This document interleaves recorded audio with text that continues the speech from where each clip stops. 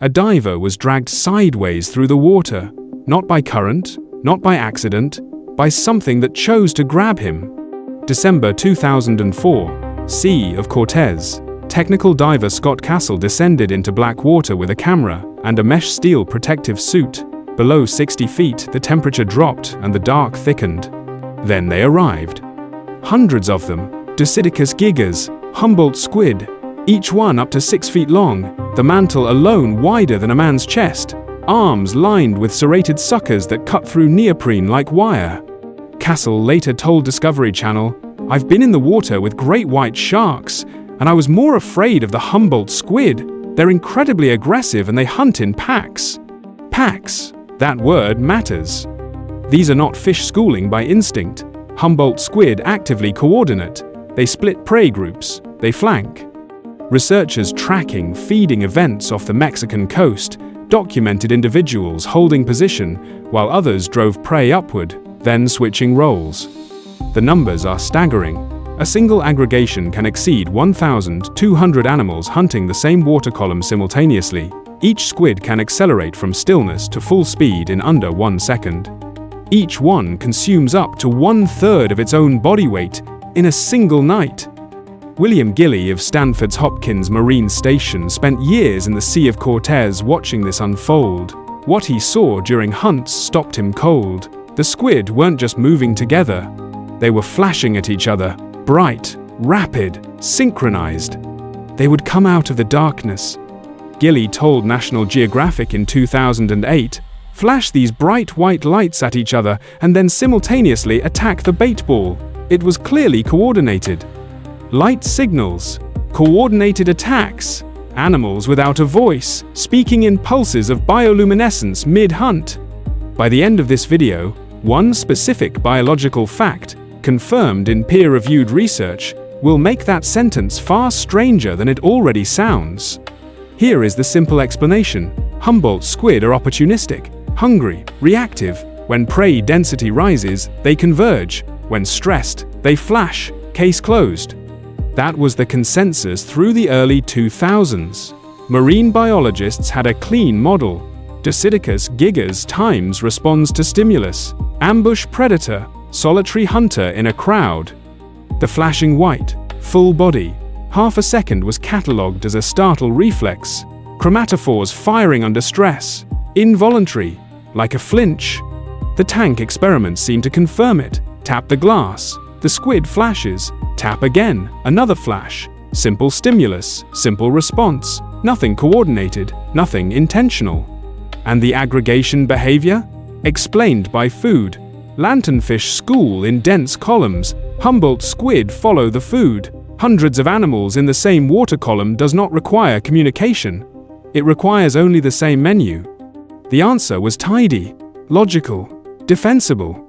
Then William Gilley's team at Hopkins Marine Station started logging dive observations with timestamps, not impressions, not estimates.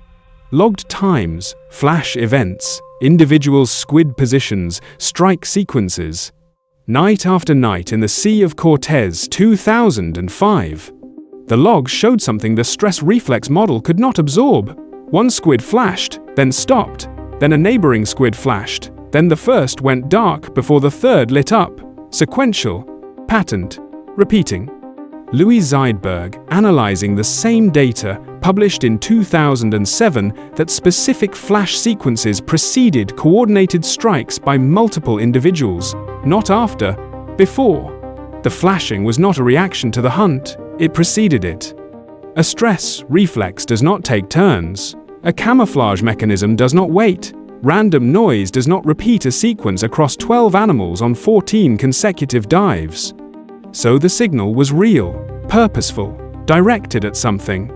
The question nobody had answered yet, the one sitting in those smeared dive logs on the research table at Hopkins, was not whether the squid were sending messages.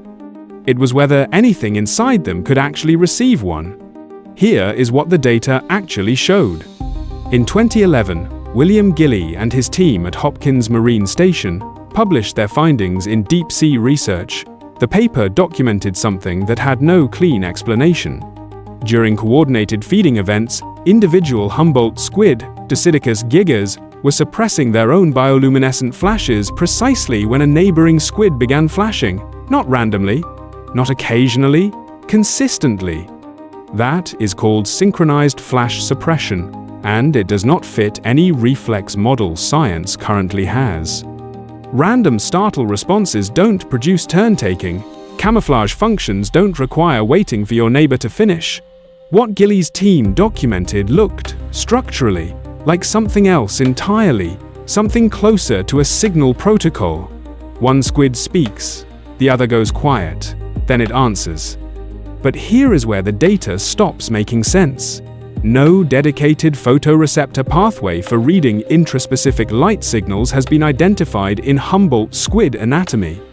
The organs that would receive those signals, the biological equivalent of an ear tuned to another squid's frequency, do not appear in any published anatomy. The receiver is missing from every textbook.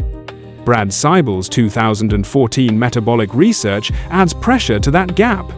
These animals sustain coordinated activity at 300 meters depth in near zero oxygen, under conditions that would shut down most vertebrate nervous systems. That takes precise, continuous physiological management, not a creature running on reflex. A preserved mantle, opened flat in a museum specimen tray, shows photophores, the light-producing structures mapped and catalogued. The area where a receiving structure would logically sit is blank, unmarked, not because researchers forgot to look, because nothing was there to mark. Remember the diver in December 2004, pulled sideways through the dark. That pull had a source, the source had a signal, the signal had a receiver. Science has confirmed the first two. The third remains an open question. Something in their biology is still missing from every anatomy textbook ever written. The squid are talking. We just cannot find the ear. If you found this fascinating, subscribe. We investigate strange, real creatures like this every single day.